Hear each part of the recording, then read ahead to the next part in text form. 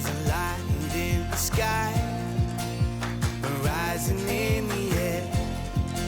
There's a feeling so strong. It's time to light the fire, like a bright shining light. Learn, getting more out of life. Love, sharing time with friends, feeling so strong. Hello, I'm Luke Darcy. Welcome to the new House of Wellness, once again joined by my great friend Joe Stanley. Hello, Joe. Great to be with you. It's awesome, as always, Darcy, to be here. And here we are with another show with lots to share about the world of health, because it's a never-ending topic, really, and there's so much on at the moment. Yeah, and I think of summer and I think of cricket, because I love the sounds of cricket. The Big Bash is brilliant. We've had the women's national competition, which is well underway, and the girls are doing great things. Personally, the Test is my absolute love, Joe. Big fan of cricket. How about you? I probably prefer to play it than watch it. I love a bit of, cricket. beach cricket, backyard cricket. Love that. You're a bit of a fast bowler, or...? No, I'm a terrible bowler, but, geez, I'm a good batsman. Really good. Well, the man who is leading the Australian men's Test team is a cricket legend, Justin Langer, and I had the great privilege of catching up with him, Joe. He is as impressive a person as I think we've had on the House of Wellness. And coming off the back of a Test series lost to India, a little bit to work through, but he's going to talk about a serious health issue he's had and our special guest today on the show. Whatever you think of his playing or coaching style, there is no doubt that Justin is a fighter. During the 2019 World Cup tour to England, he was worried that his coaching career could be over due to ongoing health challenges. Yeah, it started with some ringing in his ears and it got worse from there. Now the cricketing great is out there warning everyone to learn from his experience and listen to the warning signs. Can you tell us, in 2019 on the World Cup tour, you thought that your coaching career was over. Can you tell us what happened? Yeah, it was really bizarre, Luke. It was the day before, 2 days before the first World Cup game, and I was at training and kept getting this noise in my left ear. And I explain it or I describe it like, in Star Wars, when the two sabers, I was just going, oh, this is really weird. These sabers kept going boom, every time I moved my head, and I thought that's really weird. And I left training, which was absolutely bizarre because I felt so rubbish. And I went and I fell asleep, and I slept for about the rest of the day. And then since then, the sabers has just turned into a constant ringing in my left ear. And this is what I've learned about, it's called tinnitus. So that was the start of a really tough journey for me personally, because it then turned into a whole lot of number of issues that have got to do with my inner ear. So, it was a really tough time. And it's still, as we sit here right now, I've got this ringing in my left ear, which just never goes away. A lot of us have heard about tinnitus and for some reason you don't associate it, in my mind, with someone like you, fit and strong and healthy and always looking after themselves. Was it any understanding as to why it came on so suddenly? Was it stress-related or no reason? It's so funny, again, because I spoke to a tinnitus world expert when I was in Adelaide for the first Test match, and a few things he said, do you drink coffee? I said, I love coffee. He said, do you drink alcohol? I said, oh, yeah, not a bit. Red wine, yeah, a little bit. He said, do you have headphones? Do you wear headphones? I say, every single day in the gym. And then he said, you got any stress at work? I went, oh, stress at work? Oh my gosh, you could say I got a bit of stress at work. He goes, they're the four things, but they're the things I've learned. I've also learned that a lot of people around the world suffer from tinnitus. My younger brother's had it for about 20 years. And there doesn't seem to be any specific reason why. So that's why it's such it's a tough thing to treat. And it got so bad at the time, though, Joe, you genuinely thought this was the end of your coaching career. How much pain were you in? Well, there was three things, mate. There was tinnitus, the vertigo, but I was feeling rubbish. It was like I was seasick and I was drunk for about 9 months. And in my job, I had to keep putting the mask on all the time and not show it. And then I met this neurologist. I wasn't sure if I had a brain tumour. I didn't know what was going on. I had two scans on my brain. I met this neurologist who diagnosed me with these vestibular migraines. The hard thing when you didn't know what was going on, it's really scary. And then I met some people who helped me. At least I knew what was going on. I'm on medication for these migraines. I know I've got a specialist if I get the vertigo, and the tinnitus, basically, I've got to live with and just be careful with my lifestyle. So that's why it became so hard in that 9 months, mainly because I didn't know what was going on. Joe, you talked about tinnitus, but also vertigo and vestibular migraines. Is there a link between all three? I've had migraines all my life, and it's all got to do, the vestibular, it's got to do with inner ear. Vertigo's got to do with inner ear and the crystals in your ear that shift every now and then obviously the tinnitus. So, yeah, I think they're all related.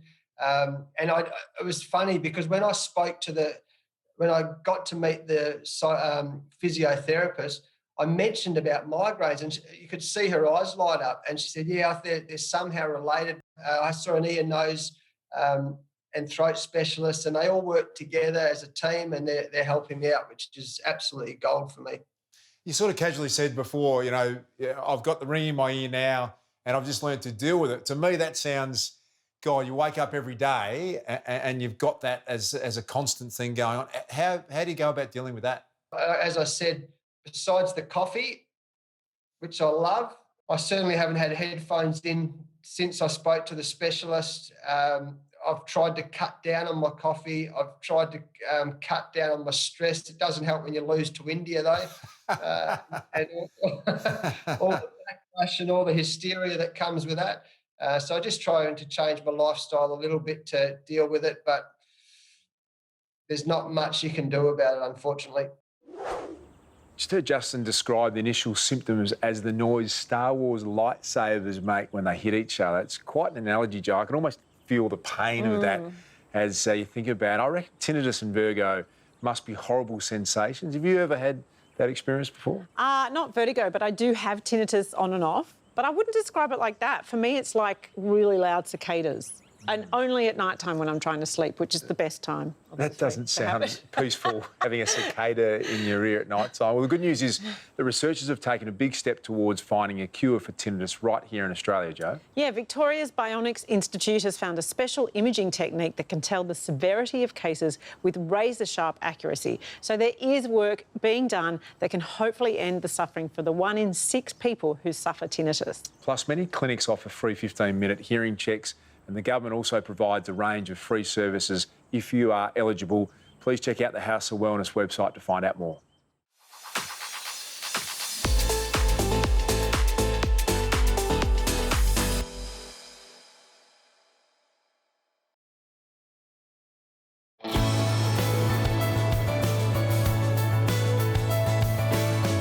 Welcome back. After a winter spent in lockdown, it's no wonder, Joe, everyone's loving being outside and lapping up a little bit of sunshine. Oh, absolutely. It is glorious, even though summer has gone MIA this year. In Melbourne, anyway, we're all busting to get outdoors when we do get a gorgeous day. And we're almost in that transition time to autumn, would you believe? But that doesn't mean you can put away the sunscreen. And I have a lot of questions about sunscreen, Darcy. So do I, Joe, which is why leading dermatologist Dr. Catherine Armour is here as our special guest. Welcome, Catherine. Thank you. So I want to get straight into it, Catherine. I've got 4 kids at home. We buy plenty of sunscreen, but I have noticed that there are expiry dates on sunscreen. Should we be looking at that, and do they lose their effectiveness over time? Absolutely. So in Australia, the Therapeutic Goods Administration, or TGA, which regulates all of our sunscreens, requires that to be sold in Australia, sunscreens have to have at least 3 years of full effectiveness before they expire. And of course, those expiry dates, as you'll have noticed, are listed on the external packaging of the sunscreen. Now, after that 3 years, your sunscreen will diminish in effectiveness, so you can't expect it to deliver the SPF that's written on the bottle. So we do know that SPF is important, and the higher the number, the better protected. But what do the numbers mean, and what does SPF stand for? So, Joe, SPF stands for sun protection factor, and that's actually just a measure of UVB protection. So the SPF tells us how much longer we theoretically should be able to stay in the sun before getting burnt, compared to how long we'd be able to stay in the sun wearing no sunscreen whatsoever. In minutes? not in I was minutes going to say, necessarily. how would I So know? the SPF is actually going to be different for every individual. So Right. it's actually measured in a lab and using subjects who are looked at, and they have what's called solar simulated light. So it acts like sunlight shone onto an area of their back, of unprotected back skin, and they use that to determine the minimal erythemal dose. So the minimal dose of ultraviolet B light that will cause a sunburn. So in Darcy or you or I, we're all going to have a slightly different MED. They'll be similar. But theoretically, we should be able to stay in the sun for 50 times longer than our minimal erythemal dose. So we should aim for SPF 50 every time, because why would they make it less than 50 then? Why are there 30s and 20s out there? That's a really good question, because I think what SPF means is often misunderstood. So, look, ideally you would aim for the highest protection that you can find. There's actually very little difference between SPF 30 and SPF 50. In fact, there's only a 1.3% increase in your UVB protection by going from SPF 30 to 50. It's not an almost doubling of protection, which is what most people would expect. So with SPF 30, you're getting 96.7% protection against UV, and it's 98% with SPF 50. So, Catherine, can you explain to me what broad spectrum means? In Australia, broad spectrum refers to the fact that a sunscreen product will protect you against both UVA and UVB light. So would you recommend that some natural sunlight without sunscreen is a good thing? The main thing we worry about, of course, when it comes to sun exposure and perhaps sun protecting too much, is making enough vitamin D. Really, in Australia, because our UV index is usually so high, and because we have such an outdoors lifestyle, the majority of people are going to make enough vitamin D, even if they sun protect, between the hours of, say, 9 and 6. The other thing that makes it clear that we're going to make enough vitamin D is because the vast majority of people don't actually apply enough sunscreen to prevent them from making enough vitamin D. Studies suggest most people use only between 25 and 75% of the amount of sunscreen that we should to actually reach the SPF on a sunscreen bottle. So how much actually should we be applying? Good question. Thanks. Yeah. For our whole body, it's about a shot glass. So that's something that most Australians can relate to. I like a big shot glass. That's a fairly subjective measurement. Remind me not to have a night out with you, Catherine.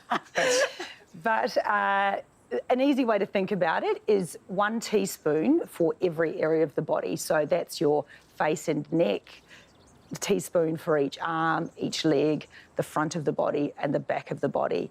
That's roughly how much we should be applying to achieve the SPF that's written on the bottle.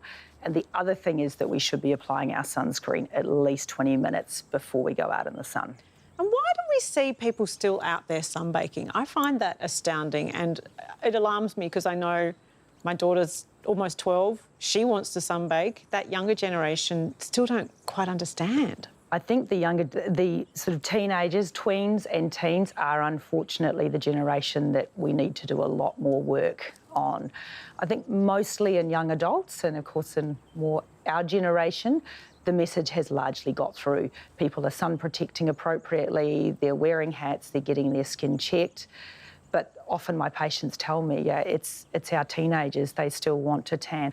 I think often young people don't realise it's not just skin cancer, which they say, it's not going to happen to me. Well, the reality is it probably will. A huge percentage of our population will at the very least develop a non-melanoma skin cancer in our lifetime, but they will get photoaging. I often say to them, you may not get a skin cancer, but you're going to get terrible sun damage, and you're going to keep dermatologists busy in the future. So if you had one message, Catherine, to finish on, what would it be to people to be sun smart? Slip, slop, slap, and seek shade. So, make sure you do apply enough sunscreen. Apply a teaspoon for every body area and apply it 20 minutes before you go outdoors into the sun. But also remember to wear a hat, to wear, UV protective clothing, and where possible to seek shade, because all of those things are so important to, prevent the development of skin cancers and sun damage. Thanks for your time, Catherine. Appreciate it. Something we're very aware of, Joe, is how we look after ourselves in the Australian sun. Time for a break on the House of Wellness.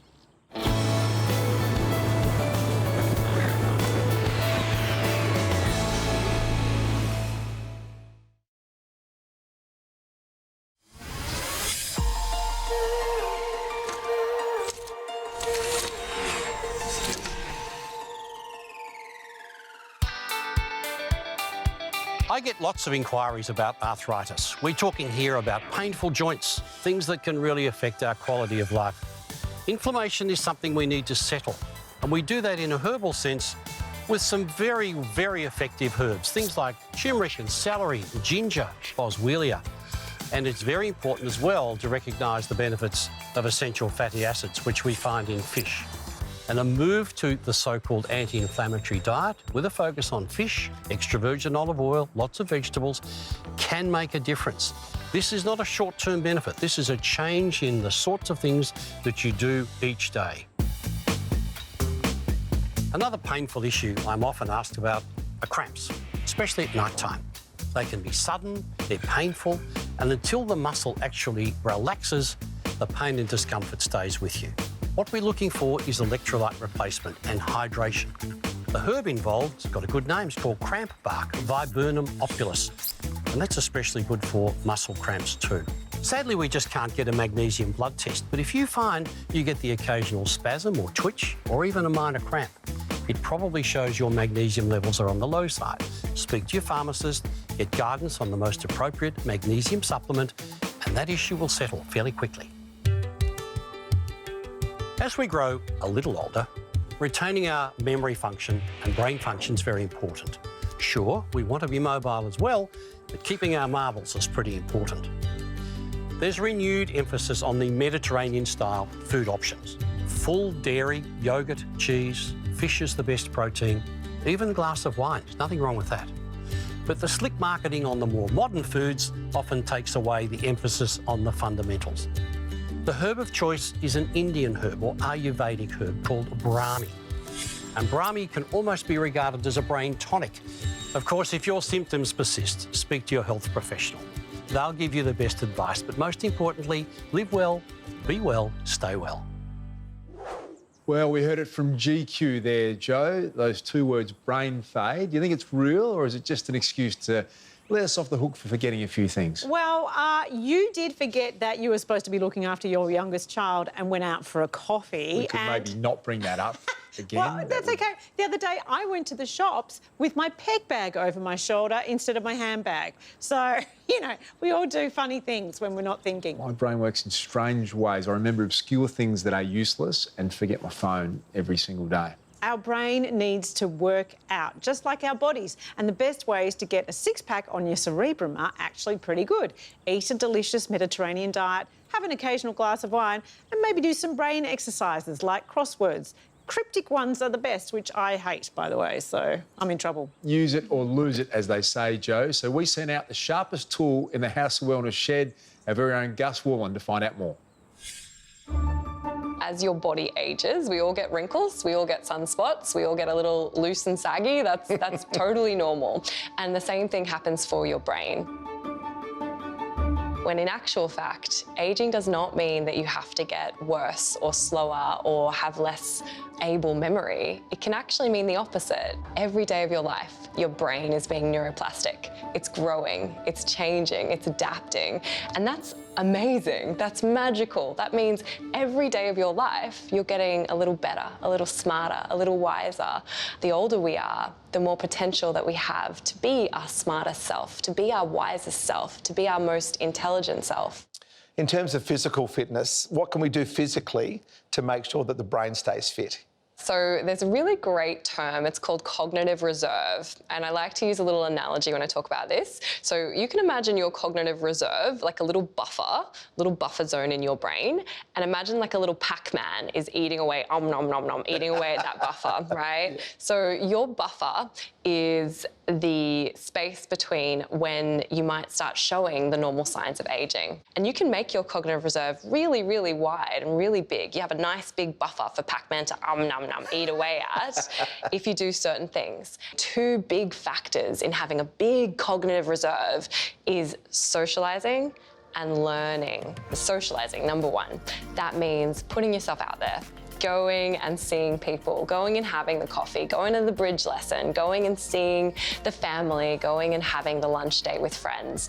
And the reason that is because you can never predict what's going to happen socially, right? We never know what someone's going to say. You never know what's going to come out of their mouth. You never know what's going to happen in the social setting. So that essentially forces your brain to stay on its toes. The second point was learning, always learning. Now, that doesn't mean that you have to be studying rocket science or neurosurgery or going to uni. That doesn't mean that at all. It means learning anything new. It might be learning to salsa. It might be learning to watercolor. It might be going and learning bridge, learning chess, anything, learning a new board game with your family. All of those things constitute learning. Can you give us some tips on what we can feed the brain to make sure that it does stay healthy? So in certain parts of the world, they found that the prevalence of Alzheimer's dementia is lower than in Western countries like America and Australia. So those countries are Japan, Costa Rica, Greece. Those are the blue zones. And researchers went, why? Why are they having less rates of this type of dementia than places like Australia?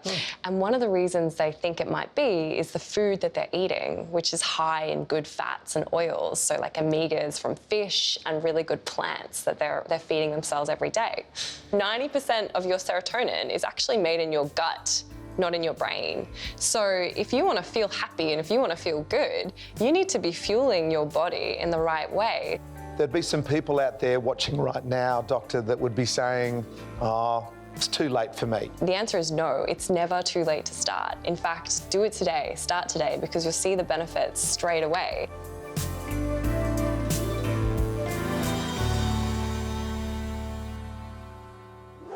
There are heaps of meditation and brain training apps out there, or if you want to go old school, studies show that writing in longhand with a pen and paper helps the brain pick up new knowledge way more effectively than typing on a keyboard, which I love. Yeah, see, old school, there's always a place for that, Joe. Stick around because we're moving from the brain to the rear as our own Dr. Carr delivers the facts on fluffs.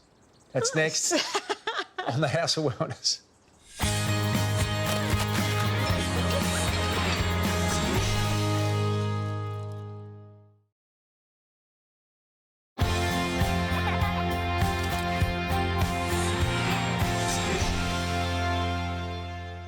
Welcome back to the House of Wellness kitchen, where GQ and I are officially stretching and flexing, getting ready for my muscle-loving, magnesium-rich tiramisu granola packed with all these nuts and seeds. So, Heinzie, magnesium and muscle health is a match made in heaven. And once you hit your over 30s, you need as many health friends as you can get, especially when it comes to your muscle health, because it's from that age that your muscle mass starts to decline. I've noticed that, Heinzie, with you, and we're both on that side of 30. Just listen up for a moment. Now, magnesium's very important for muscle strength and function. Magnesium allows our muscles to relax and contract, the most important part of muscle health. And if our muscles don't receive that relaxation treatment, which can often be caused by a lack of magnesium, we can experience aches and pains, spasm and cramps, and that's a recipe for disaster that I don't want to make. Me neither, Heinzie, and it's all and well to have functioning muscles, but an important consideration is actually muscle mass. And that's where HMB comes into play. HM what? Hydroxymethylbutyrate. This is a nutrient, Heinzie, which actually helps build muscle mass. It reduces the risk of muscle loss. And it's also helpful in reducing muscle soreness after exercise. Well, that works out for gym junkies like me and people who are interested in hitting the gym but are worried about the pain after the workout. Now, speaking of all things workout, these nuts and seeds need a workout in the oven. So, Heinzie, if you want to stay active and maintain your muscle strength, you can enjoy these nutrients as a supplement in a beverage of your choice. Don't forget, GQ, with any healthy lifestyle, diet plays a massive part as well. You can actually get small amounts of HMB from things like milk, chicken and beef, and magnesium can be found in an abundance of different ingredients, such as dark green leafy vegetables, such as spinach, and my personal favourite, dark chocolate. And I can't wait, Heinzie, to enjoy your granola. Well, dig in. Thank you very much. Over 30. How dare he? The A to Z of Vitamins is brought to you by Ethical Nutrients, Australian Pharmacy's #1 magnesium brand. So, Joe, let me ask this. What would you say is the exact moment in a relationship when you know that your partner is the one? Well, for me, it was when my husband offered to mow my mum's lawn. I just thought that was such a lovely thing to do. She's on her own. No one's there to mow her lawn for her. What a gentleman. Well played, Daz. I Tell you know. what, you've shot the lights out there with Daz. I think you've clearly got the one there, Joe. Yeah. He's an absolute ripper. He is a ripper. It doesn't always smell of roses in our house. I think I know where you're heading here. Well, OK. My husband, Daz, he's a bit of a unique person. He believes when it comes to farts, right, that if he doesn't let it out, he will die. Like, he actually thinks... Die? He actually thinks he will die. Could explode or something. And I'm like, honestly, people hold it in all the time and they don't die. I sort of know where he's going with Daz. Not sure that death is maybe a consequence, but we'll do it. We do. How often is normal? When is the time to relax in front of your loved one? The only person to go to is Dr. Nick Carr. Let's check it out.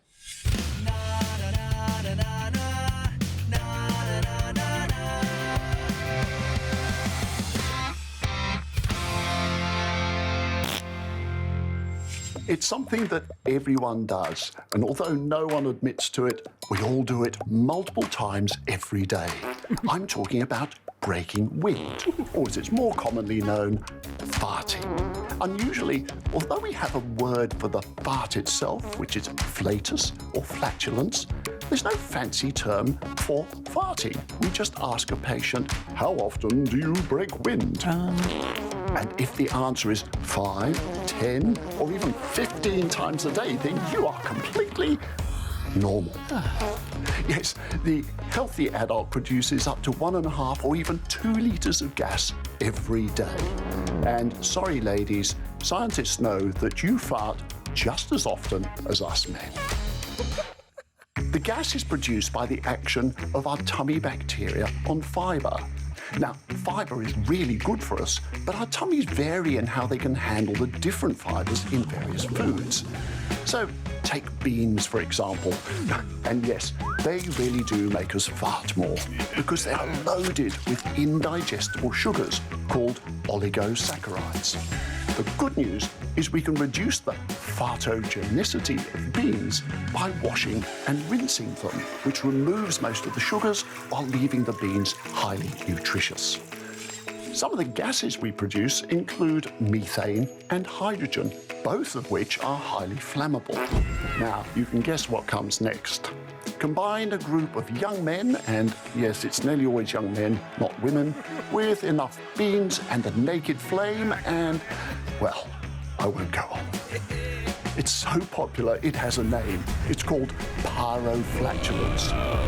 Don't try this at home.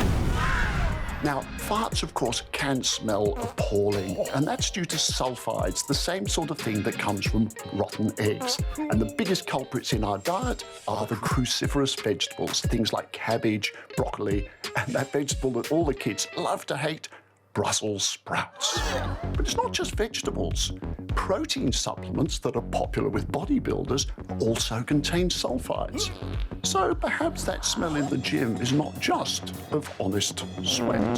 Sorry. But the question everyone wants to know the answer to is, when is it okay to fart in front of a new partner? Oops. Well, you'll be pleased to know that science has answered this question, and the answer is at around about the 5-month mark, which turns out to be about 2 months after most women are comfortable being seen without makeup in front of their partner, which just goes to show that the natural look is more acceptable than the natural breaking of wind.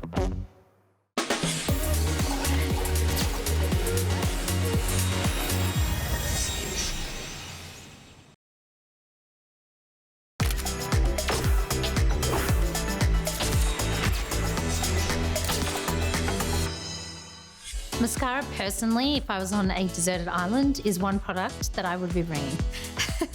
I love the way that mascara instantly makes you look like you have rested and your eye shape is nice and big and open. For me, the most important thing with a mascara is the brush.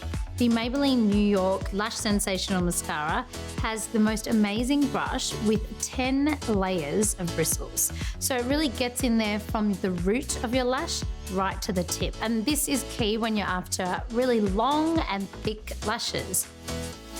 I'm matching this with the Expression Kajal eyeliner to create a classic eye. So with the top layer, I like to curve the brush the same curved way that your eye sits, and just from the root all the way to the tip. And this is really going to create that 180-degree full fan effect. But don't forget, before you apply your second coat, to make sure you leave it for a few seconds until it's a little tacky. So a lot of people often say, I've tried that mascara, it didn't work or it didn't look good. And I think that really comes down to you understanding your lashes. Just like we understand what kind of hair we've got, thick, straight, the same goes with the lashes on our eyes. So I personally have dead straight lashes. They grow down. They're not as thick as my hair. So I'm always looking for a mascara that thickens my lashes and really is kind of a curved brush like this one that I can get in there and add that curl. Maybelline for lashes have really nailed it from the test of time. I mean, I've been doing makeup for close to 15 years. I love that Maybelline have made it affordable so anyone can go out there and purchase this. But with doing that, they haven't cut on the quality of the product. I love this wand. It's really good. Yeah, I can feel it. Okay.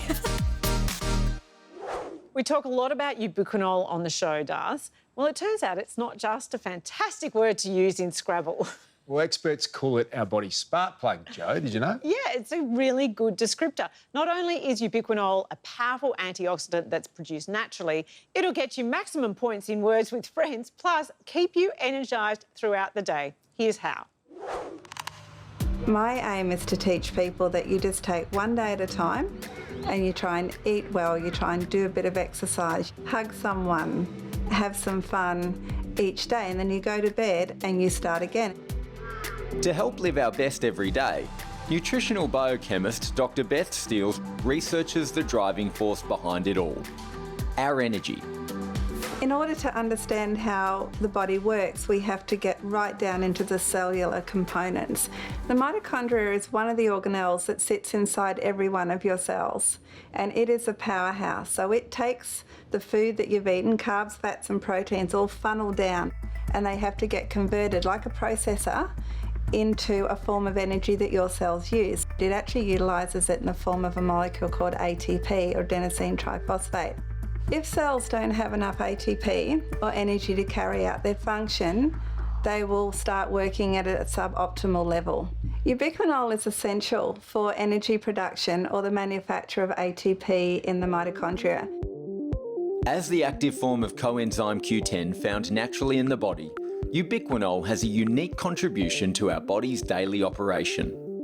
The organs that use the most energy, such as your muscles and your heart, contain the most amount of ubiquinol because they needed to synthesize energy and support production of energy in those cells.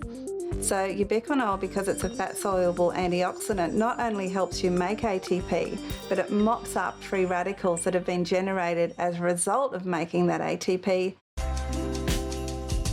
As we age, our ubiquinol levels decline, so it's actually important to up the game on the diet. So by the time you're 30, you've got to start thinking about a very simple concept, which is quality over quantity.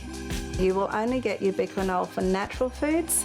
You can get it from green leafy vegetables, you can get it from meat, from fish, from nuts, and from grains. Think about ubiquinol as a spark plug. It allows you to take the food that you've eaten and convert it into an energy that revs your motors.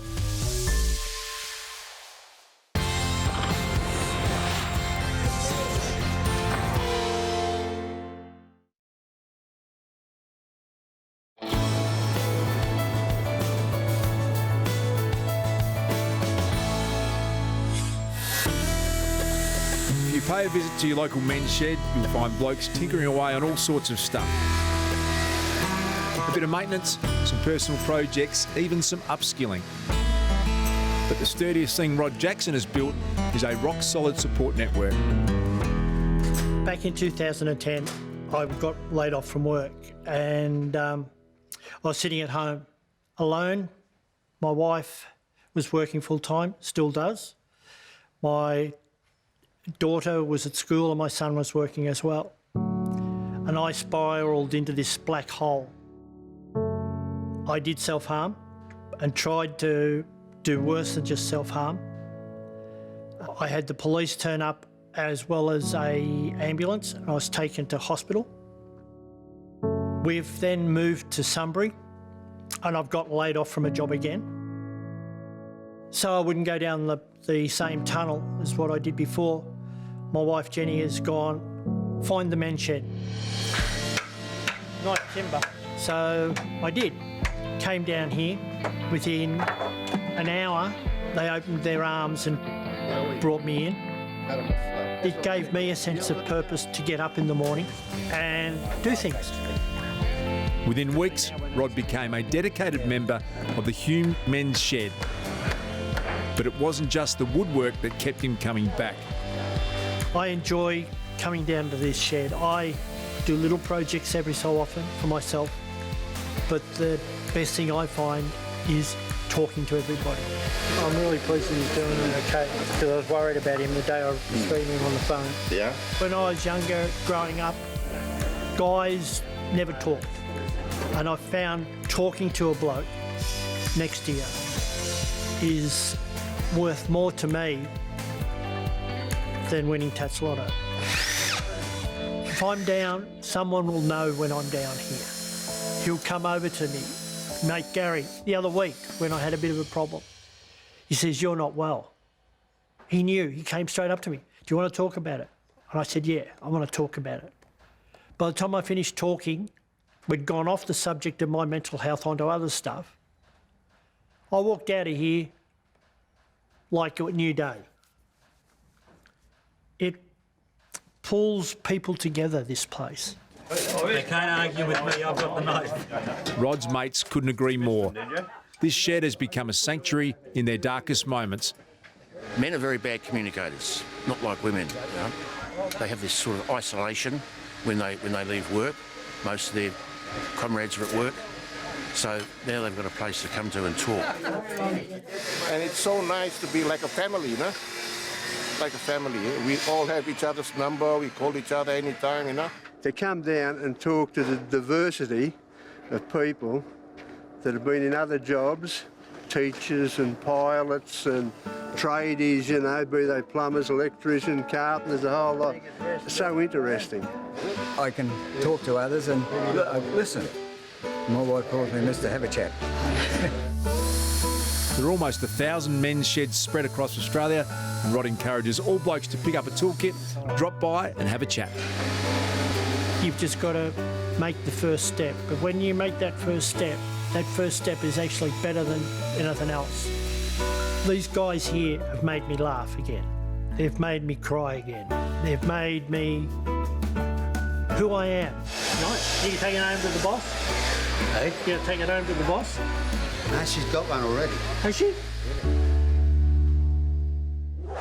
What a brilliant group they are, Joe. Such a great way to get men talking, which is something we focus on here on the House of Wellness quite a lot. Absolutely. And since we last caught up with Rod Jackson and co, the guys at Men's Shed have released their 2021 calendar, which is called Shoulder to Shoulder and features men's sheds from across the country. So get yourself a copy and help support men's mental health. Darcy, I'm tipping you're not the biggest home handy man. Why would you say that, Joe? I'm just getting that vibe. Do you have a shed where you escape to at home? Yeah, no shed, but a little space sort of downstairs, a little bit soundproof, just need a little bit of... What's in there? Well, it's sort of the kids' sort of playing room, but you can get down there and have a bit of time on your own, Joe, but I wish I had a shed. Anyway, head to our website for more information on anything we've covered on the show today and join Joe and GQ every Sunday on the House of Wellness radio show. As always, thanks to our great friends at Chemist Warehouse. We'll see you next time.